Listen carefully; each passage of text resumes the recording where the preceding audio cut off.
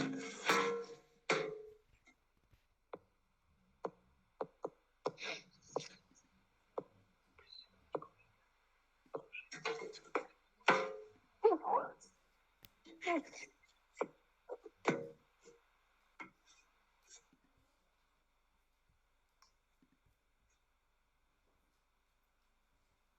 so Maharaj is ready. He is logging in. Just to give him 2 minutes.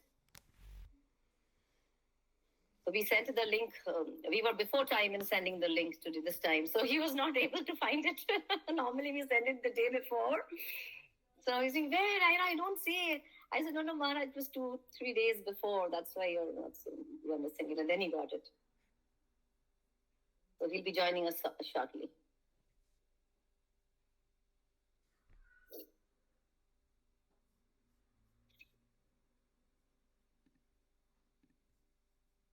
And Jhuma, I am ready with the recording, so you can start moment Maharaj joins, and hopefully this time the audio will get recorded as well.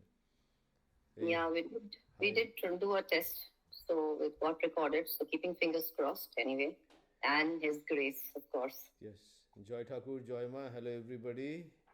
Let's start when Maharaj joins.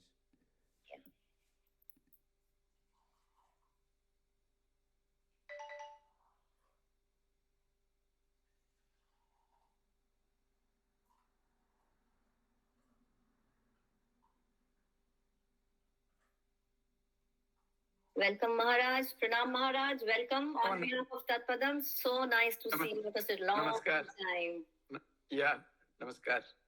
The session is all yours, Maharaj. Yeah. Please accept my Shastanga Pranam, Maharaj. Oh, yes.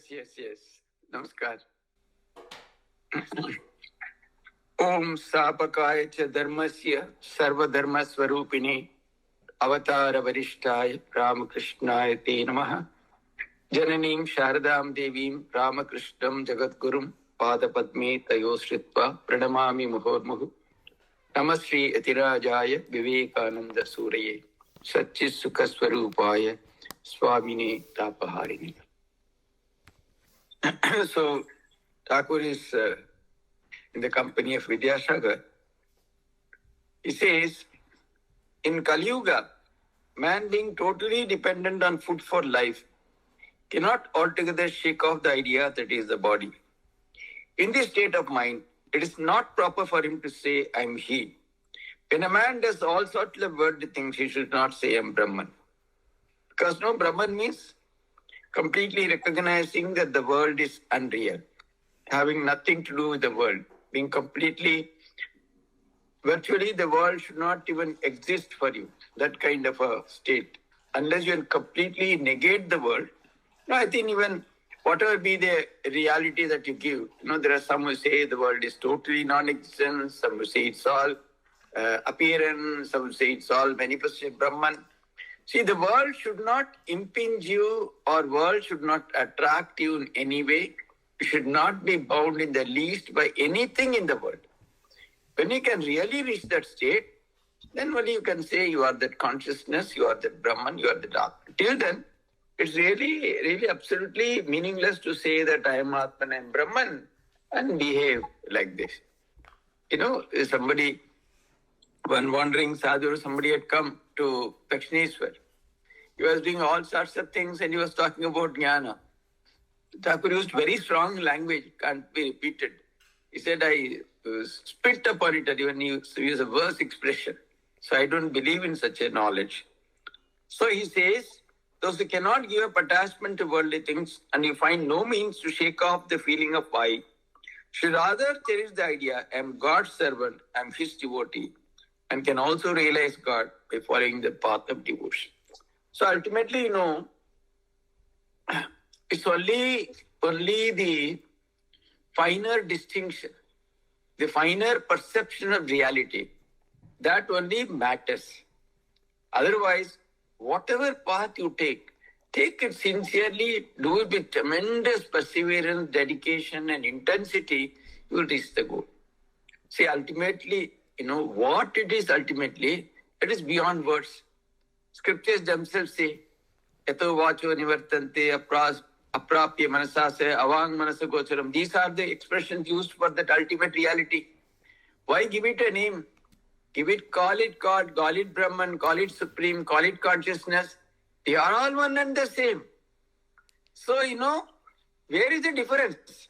Where is the difference between schools?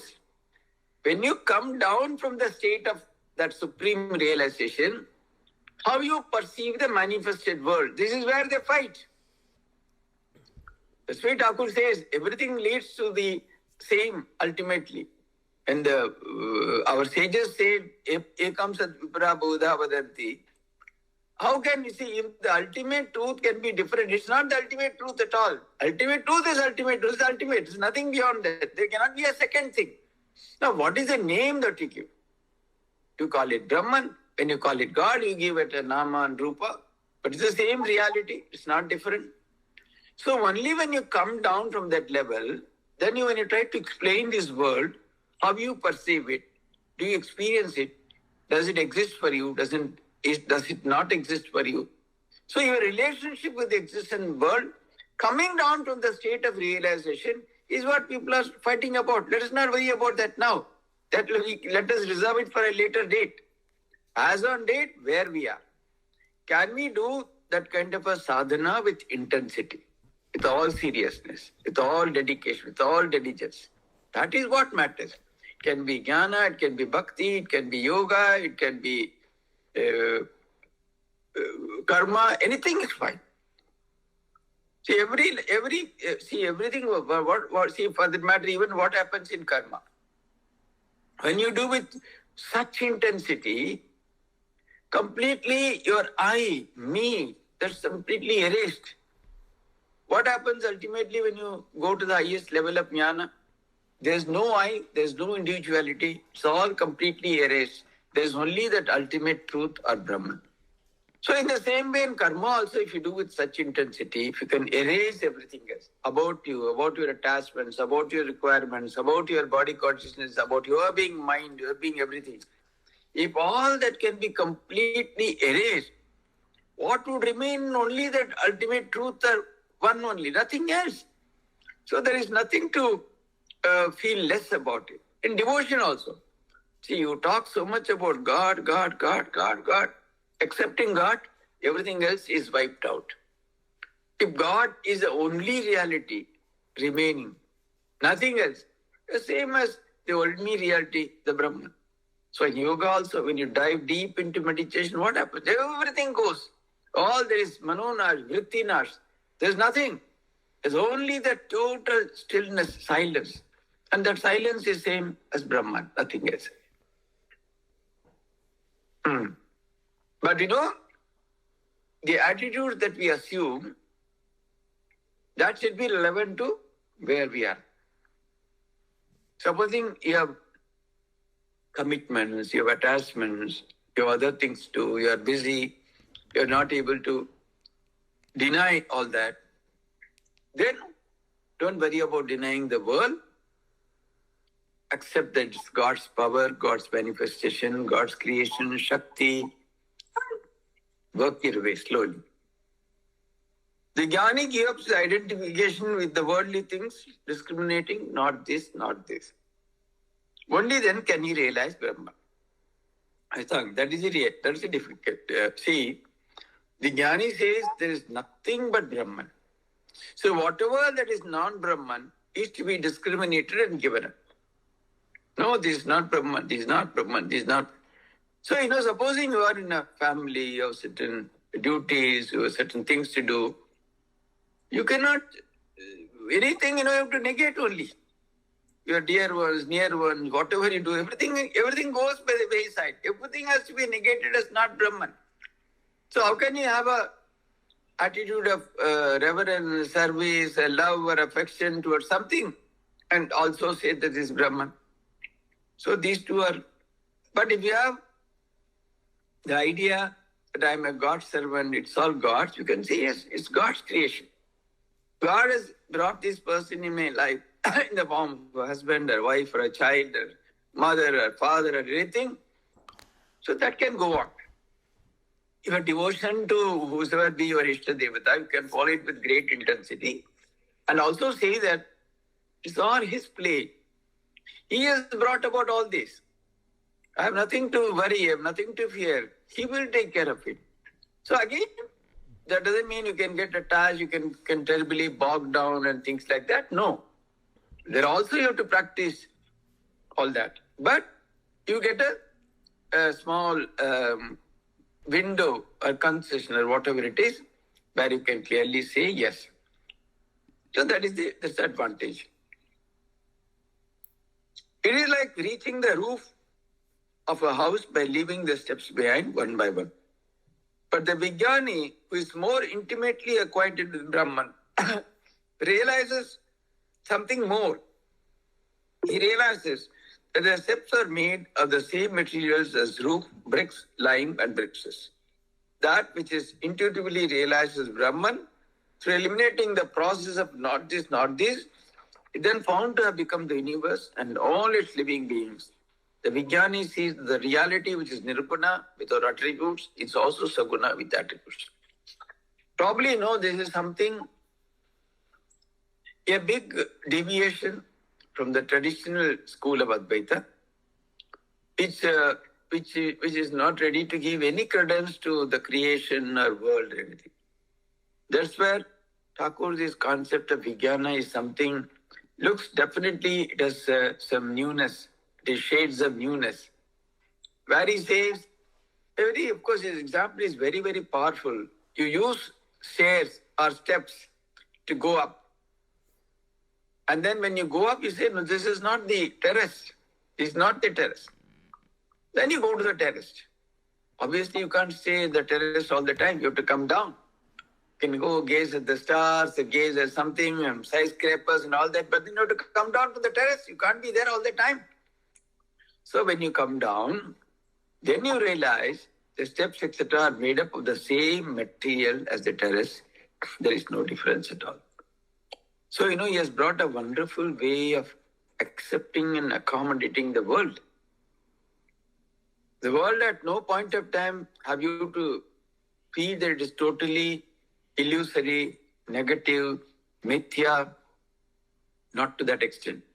Because using this, we should not go and get attached and bogged down there. But he has given a very beautiful way of looking at the world, The same consciousness. If there is only one consciousness, it's all there only. To the extent I see, it's okay. Even if I don't see to that extent, it is all there. So obviously, the world becomes, it's not something to be thoroughly. That is why, only in that point of view, from that approach only, seva, serving the poor, needy, etc., all become meaningful. This is the foundation of the seva dharma, which Swamiji propagated so powerfully. It's based on this experience of Sri Ramakrishna. It's all one and the same reality. You read Nivedita's introduction to Complete Works, a masterpiece. Masterpiece. She writes after Vivekananda's speech, the one and the many are the same reality. It's a very unique contribution of Swamiji. The one and the many are the same reality. They are not two different things.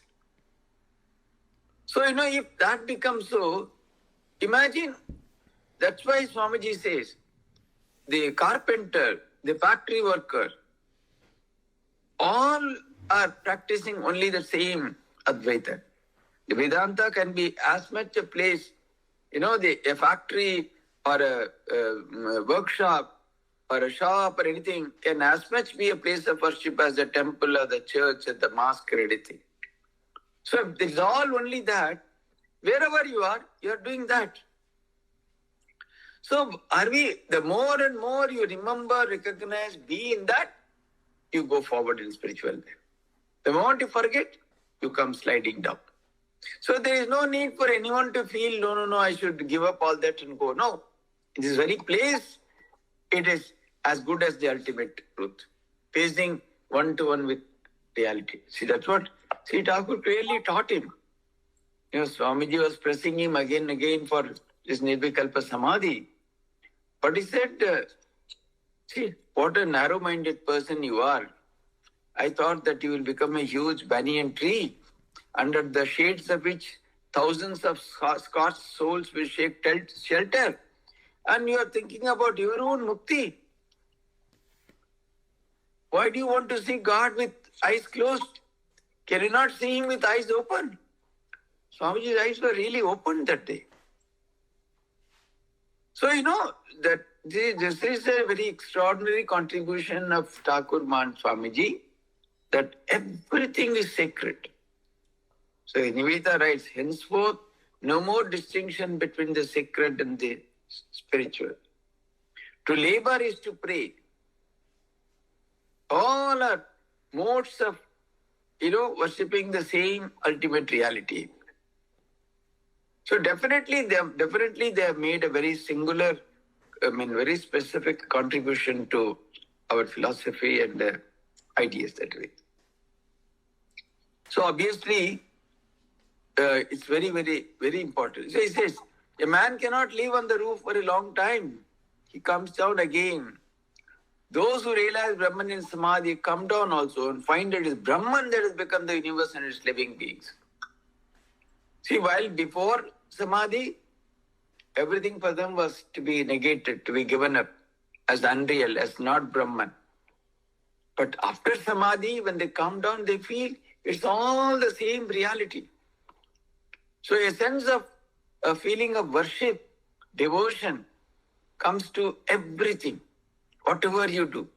That's why the Rogi Narayana, the patient Narayana, is as much a sacred item of worship as the image in the temple or elsewhere. So they have completely revolutionized the Hindu way of looking at life.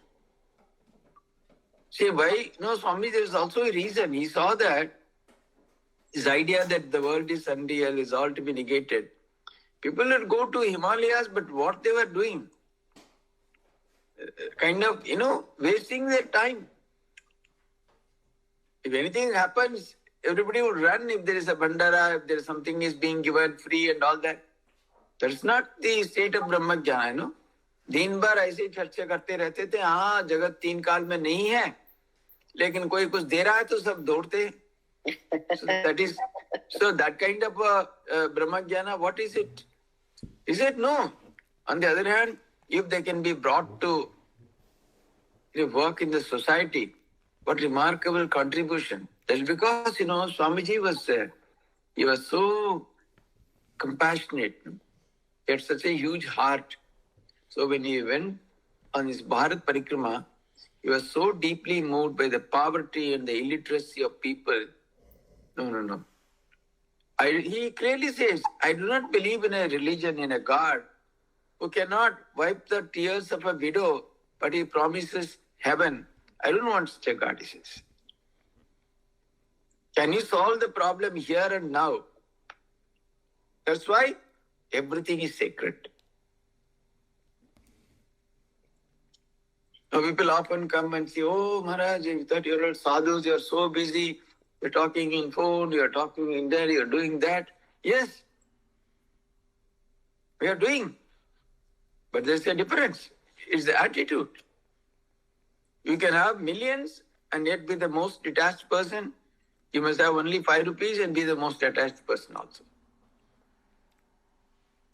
Now it depends upon the attitude. So he says, in the musical scale, there are notes sa, re, ga, ma, pa, dha and ni, but one cannot keep one's voice on ni for a long time. So one can't be in that state. Either the body falls off or you come back to the world. So when you come back to the world, what's your attitude? That's important. See, when you close your eyes, everyone is a Brahmagyani. You are sitting, closing your eyes, you're not looking at anything, you are a Gyani, you are in Samadhi. But you have to open the eyes. How do you behave? That's important. The ego does not vanish altogether. The man coming down from Samadhi perceives that it is Brahman, that has become the ego. The universe, all living beings, is known as Vijnana. I was one day talking with somebody. I asked that monk, how is it that in samadhi, where the vrittis completely die. There's no vritti at all. How does such a person then come back? How does? And I think in Vivek Chudamani, they have discussed very Chandrasekhara Bharti, he has given an explanation. See, there are 3 types of samadhi. In one samadhi, by virtue of your own past samskaras, automatically vritti arises, you come down. That's one thing. Second is, if someone is nearby, say like Thakur, they used to chant certain mantras. He used to sell for this, he used to have chant like this, given a various list. Through that, they come back from that state. And then third is something you finished. You don't come back at all, the body drops off. So, the path of knowledge leads to truth, as is the path that combines knowledge and love. Bhakti and it, that also leads to truth. The path of love too leads to this goal. The way of love is as true as the way of knowledge. All paths ultimately lead to the same truth. But as long as God keeps the feeling of ego in us, it's easy to follow the path of love. When the ego is there, it can be shaped, chiseled, directed. It can be uprooted and thrown out. It's possible only with the idea of the highest knowledge, the highest samadhi, everything. That's a huge struggle. Easier will be give a shape, direction to that I, the ego. If you feel proud, no, I'm the servant of God. I love God. These are all His things. He has given. So if you have that ego, everything, give them, channelize them towards God. That's slightly an easier path that way. The Vijnani sees that Brahman is immovable and actionless, like Mount Sumeru. This universe consists of the 3 gunas, Sattva, Rajas and Tamas. They are in Brahman. Brahman is unattached. So everything is, again he gives a very, very beautiful example. There is poison in the teeth of the serpent. If it bites somebody, that person dies out of poison. But the serpent is not affected. The same way, all those might be there, but Brahman is not under the influence of any guna. It is gunatita. But in the aspect of creation of Shakti, all these 3 gunas, they come into play.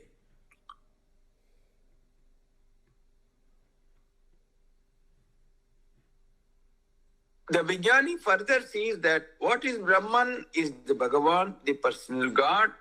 He who is beyond the 3 gunas is the Bhagavan with his 6 supernatural powers. So, in one way, what we call as ultimate truth as Brahman or Atman, the Vijnani sees it's all same only. The same Brahman Atman given a Nyama, Rupa and Vyavahara. See, remove those casings of Nama and Rupa and Vyavahara. It's only the same Chaitanya, that consciousness, that oneness. Living beings, the universe, mind, intelligence, love, renunciation, knowledge, all these are the manifestations of his power. If an aristocrat has neither house nor property, or if he has been forced to sell them, one doesn't call him an aristocrat anyway, anymore. Landlord. If he has no land, if he has nothing, all that, then he will not be a landlord. He'll be only the Lord, there is no land. So he says, the aristocrat will not be called. So God is endowed with 6 supernatural powers. If we were not, why should we obey him? So naturally, when Brahman in that aspect as God, when you see, all those things are added. All those qualities, the 6 powers, Sharaishwarya, 6 Aishwarya of Bhagavan. All that, the glow, the power, the Shakti, everything, all that are all given to him so that, you see, The point is, even the human mind, how would you think of, how would the mind conceive of an Atman or Brahman? What's Atman and Brahman for us? It's just a name only. You just ask, then if you do through elaborate process of discussion, and slowly you say all that is in Sat, then you are the witness, and it's all this awareness is Chit, you are the witness, all this is of the nature of bliss, you are the witness, and all that lot of explanation, finally we seem to give some idea about what is this Brahman or Atman about. But the other way, if you say that, we are a human beings, we know about human beings, multiply it to million times, that is God. Same maybe form, million times more beautiful, million times more powerful, million times more intelligence, million times more gunas, qualities. So it's much more easier to conceive of an all-powerful God rather than an all-powerful Brahman. So for the human mind, it is always seek some kind of a support or some kind to hold on to. For that, these ideas are much more easier to grasp that way. Just see how picturesque this universe is. How many things there are. The sun, the moon, the stars, how many varieties of living beings, big and small, good and bad, strong and weak, some endowed with more power, some with less. All that you see in this universe. Then Vidyasagar asks, has he endowed some with more power and others with less? Although he was a great Pandit in normal sense, he could not understand how there can be, but God being. Actually, this question is also very redundant because supposing, any person, a person makes, even a person who makes clay images, a potter or an artist or who does this kalakar, who does murtis, they will not make all images exactly same. Nobody would buy from them. It will be so monotonous and boring. Some they will with 4 hands, some with 6 hands, some with 2 hands, some with more shining, some with less. So that's the beauty of creation. God cannot be so monotonous as to make everything the ditto, like, from a machine, any product is coming out. No. So the very beauty of this creation is this diversity.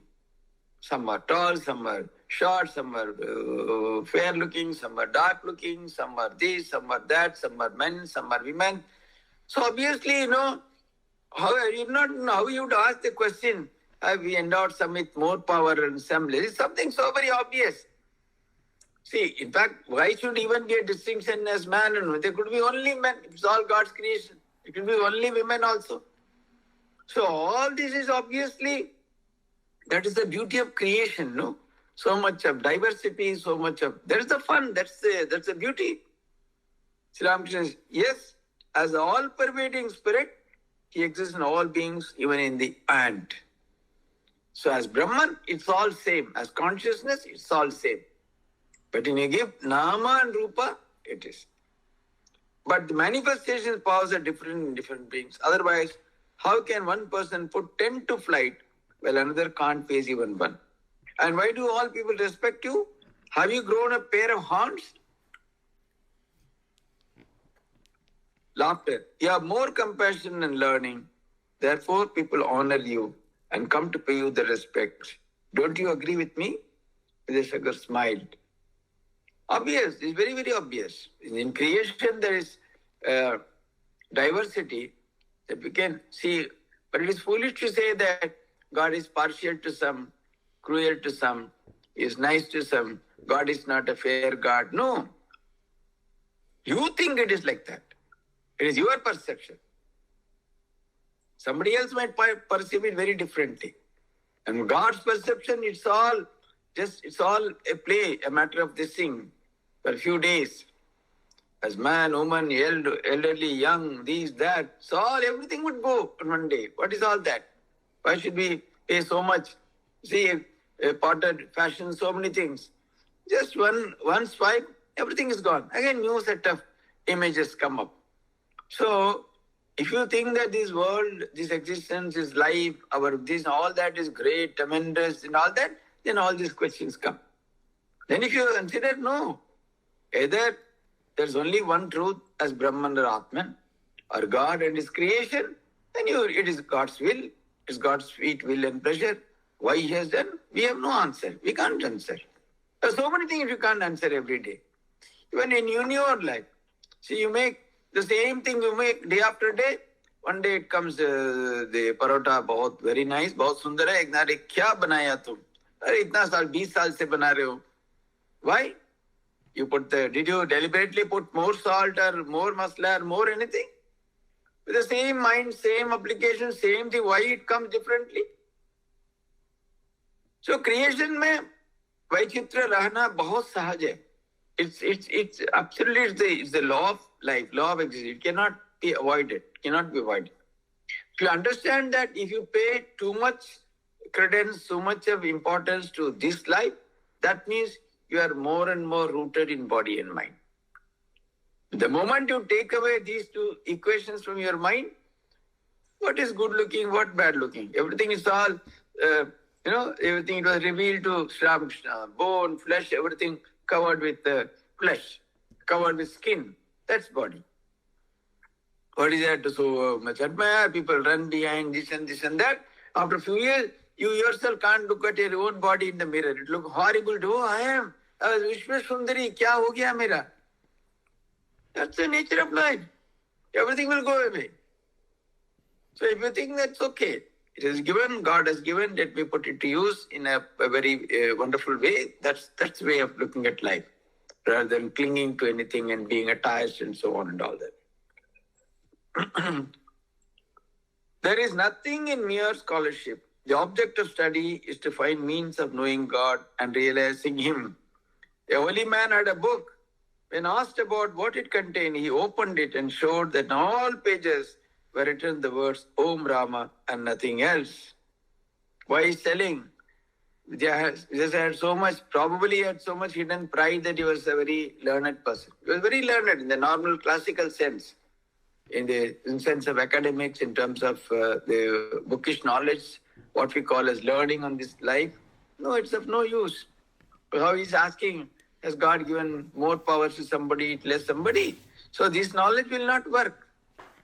Adbhutananda was illiterate. He could not even write his own name. He did not have even Aksharabhyas. He was the greatest of Brahmagyanis. His level of realization was no less than that of Swamiji. But he was an extraordinarily brilliant person, and he is a person who was unlettered, illiterate. So that knowledge, that awareness, that is all of a different quality. It belongs to a different realm altogether. It is not in this world at all. So perhaps Thakur wants to draw his attention. Mere bookish knowledge will have no use. Only of service to knowing God and realizing Him. आप जो कर रहे हैं भगवान लाभ के लिए जो होता है तो अच्छा है. There's nothing else beyond that. That's why he says, when asked sadhu, your book, what is that? Entire book, Om Rama, Om Rama, Om Rama. He was a great Ram Bhakta. He thought that life's one business is to see some way of remembering him. He was doing japa, he was doing meditation at other times. He is not meditating, he is not doing japa or singing or anything. Right, same thing. Through another means, another expression of the divinity and the power and all that. Huh? What is the significance of the Gita? It is what you find by repeating the word 10 times. What very beautiful, remarkable. I don't think anybody has ever explained Gita like that in the history of mankind. Gita says, it is then reversed into Tagi, which means a person who has renounced everything. Gita, Gita, Gita, Gita, Gita, Gita, Gita, Gita, Gita, Gita. If you say 10 times, Gita becomes Tagi. Tagi is same as Tyagi. That means person who has given up everything for God. And the lesson of Gita is, oh man, renounce everything and seek God alone. Whether a man is a monk or a householder, he has to shake off all attachment from his mind. I mean, absolutely there is Sramsha's no peers, no parallel. Simply, can anyone explain better the idea of Gita? This is how Gita is to be understood. Huh? Gita 10 times, you repeat Gita, Gita, Gita, what happens? And then give up everything for the sake of God. There's nothing else. Huh? ठीक है, today's Ma Saraswati ki Aradhana. It's all pray to Mother to give us true knowledge in the right sense. Knowledge also, in the Upanishads, there's a wonderful question. Kasmin bhagavo vijñāte sarvavidam vijñātam bhavati. What is that? By knowing which everything is known. Then the answer, the sage says, dve veditavye. There are two things to be known. What is that? What are the two knowledges? Paracha, aparacha. Aparavidya is all that. Nirukta, Chandas, grammar, Jyotish, all that in the existential world, everything is put under one bracket called aparavidya. What is para? Sa vidya vimuktaye. That vidya which releases you, releases all your bondages, makes you totally free. That is paravidya. So let us pray to Mother to grant us the true knowledge, and so that we can realize the true meaning and purpose of life. That's important. Everything else is unimportant. Okay? Thank you. So anyway, now I have a few minutes for questions. Yeah. All these things Thakur says and the way you analyze and tell us makes us feel and actually comprehend the depth of knowledge he has got. Now, my question is, he did not study this. What is your thought that where does he get this from? It comes on his own, or he has heard it somewhere with the monks he mixed in his childhood, or Totapuri? How? See, these are all not. These are all. See, these are not. Of course, he was a Shrutidhar. Whatever he heard once, he could retain. Anything he heard once, it was because the mind was so pure. See, why? What is our problem? Because our mind is so cluttered, so it takes so much effort to learn and understand, remember and all that. The mind is pure, anything can be mastered in no time. And in his case, these are all not bookish knowledge. These are all revelations of his own experience. When you go to your transcendental realm, Thakur himself says, have you seen how they measure grains in the villages? It's a huge heap. Somebody is measuring, it's a measuring vessel. Someone behind keeps pushing. This is Ma Ras Chaladichan. Mother keeps supplying me unending knowledge. It is not, because we are at this level, when you go to one level, the capacity to assimilate, accumulate, reveal, all that will be enormous. Because, imagine if someone, we're all individual minds with our limited understanding, limited capacity, limited ability to comprehend all.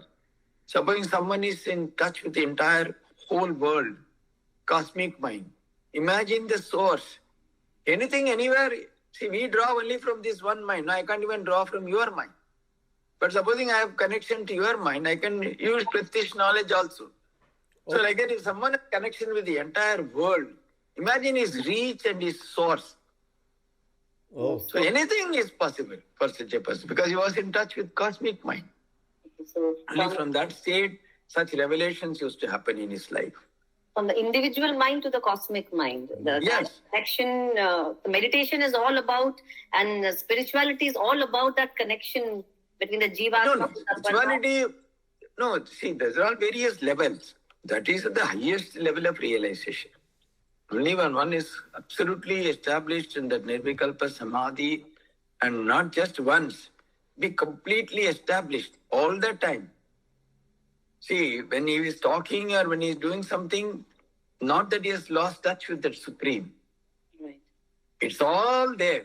Simultaneously, he has the capacity to interact. That's why at a thrice he would again go into Samadhi. ওইটাই কি ভাবমুখে থাকতে বলেছিল something. Thank you, Maharaj. I think you explained it very nicely. Thank you. Namaskar. Pranam Maharaj. Take rest. Jai Maharaj. Pranam Maharaj. Namaskar. Namaskar. Yeah, very good. I'll send you the link again. For next Namaskar. Namaskar. Yes. Namaskar.